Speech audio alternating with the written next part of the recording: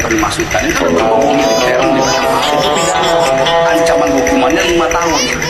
Nah itulah salah satu pasal yang dimaksudkan itu berbau militer melibatkan pasal itu pidana. Ancaman hukumannya 5 tahun. Nah itulah salah satu pasal yang dimaksudkan.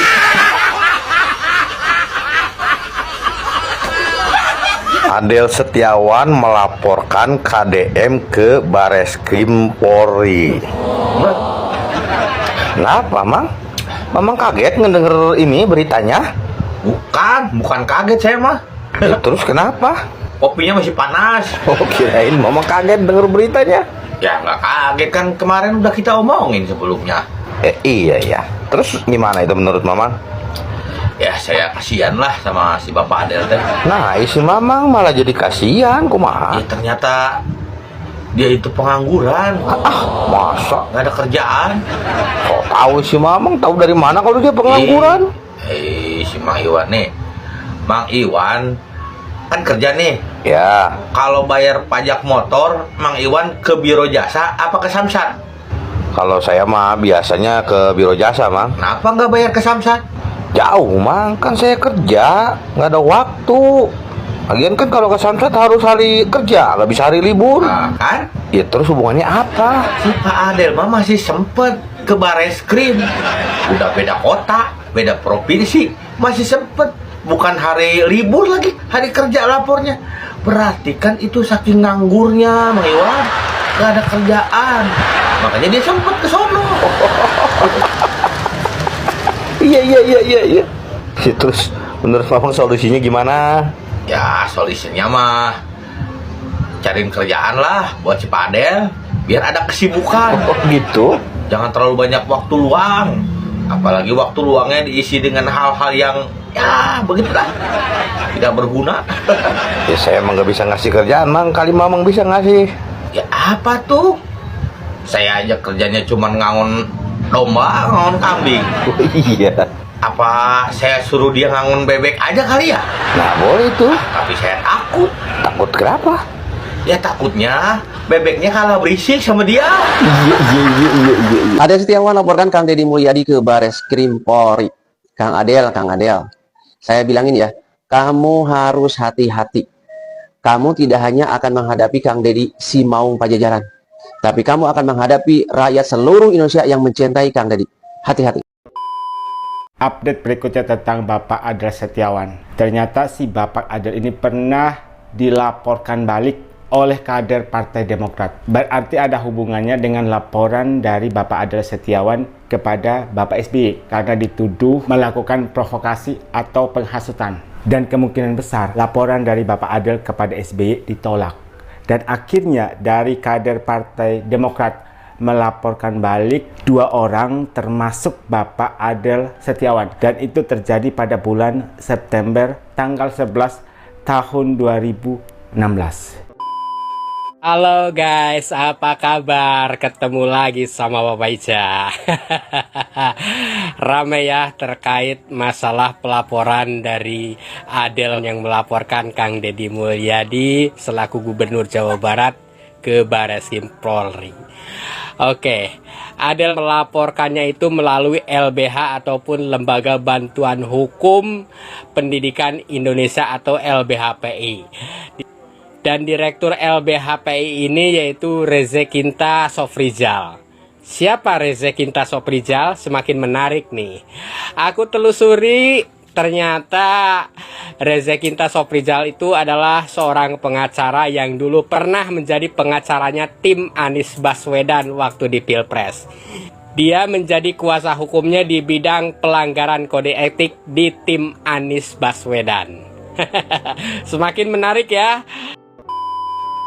Semakin terkuak hal-hal yang sebenarnya bersifat rahasia perlahan-lahan muncul ke publik. Bapak Adel Setiawan melaporkan Kang Deddy Mulyadi ke Bareskrim Polri lewat LBHPI, yang mana salah satu pengacaranya ini di bidang pelanggaran kode etik yang bernama Bapak Rezekinta Sofrizal, merupakan tim pengacara dari Bapak Anies Baswedan pada saat Pilpres sebagai Direktur Eksekutif LBH yang membantu Bapak Adel Setiawan untuk melaporkan Kang Deddy Mulyadi ke Bareskrim Polri. Maka netizen pun menduga ini semacam ada permainan dari oknum-oknum tertentu yang memang tujuannya untuk menjatuhkan Kang Deddy Mulyadi. Ada komentar juga nih yang membuka fakta tentang Adel Setiawan. Adel ini afiliasinya ke PKS.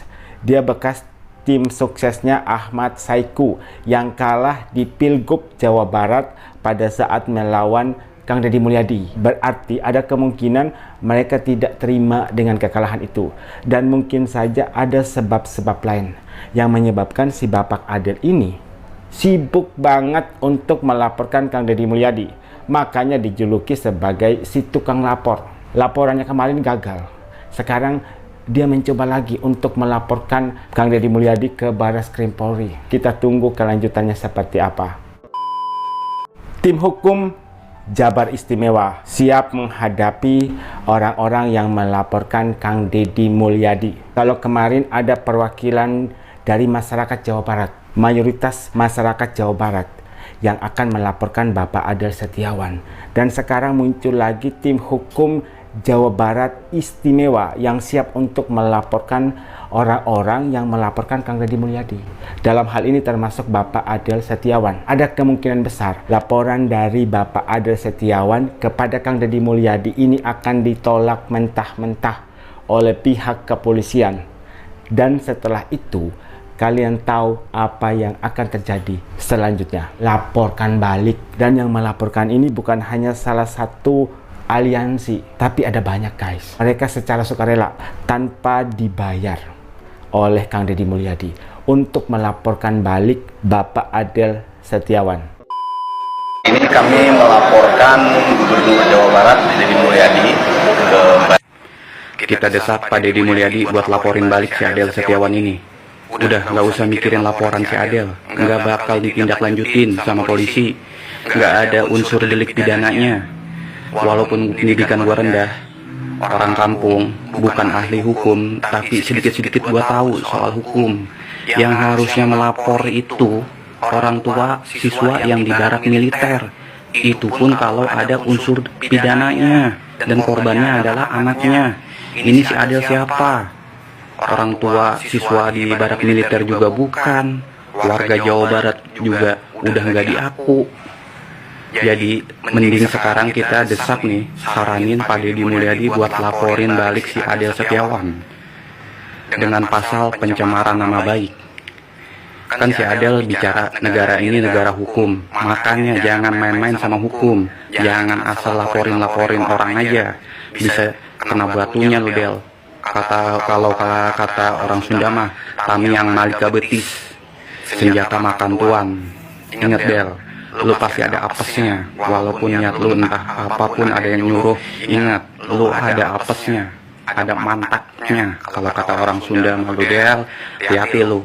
Kata orang Jawa, jangan melawan orang baik. Ingat itu. Kita desak oke Pak Deddy Mulyadi buat laporin balik si Adel Setiawan. Sebenarnya bingung juga kenapa si Bapak ini getol banget untuk melaporkan Kang Deddy Mulyadi. Padahal unsur pidananya saja tidak masuk. Kemudian dijelaskan lagi secara terperinci oleh si abang ini.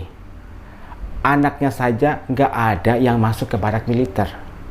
Bagaimana bisa si Bapak ini yang tidak ada hubungannya dengan anak-anak yang menjalani pendidikan di barak militer malah melaporkan Kang Deddy Mulyadi ke Bareskrim Polri? Kecuali kalau ada perwakilan orang tua yang salah satu anaknya itu menjalani pendidikan di barak militer, bolehlah dia melaporkan Kang Deddy Mulyadi.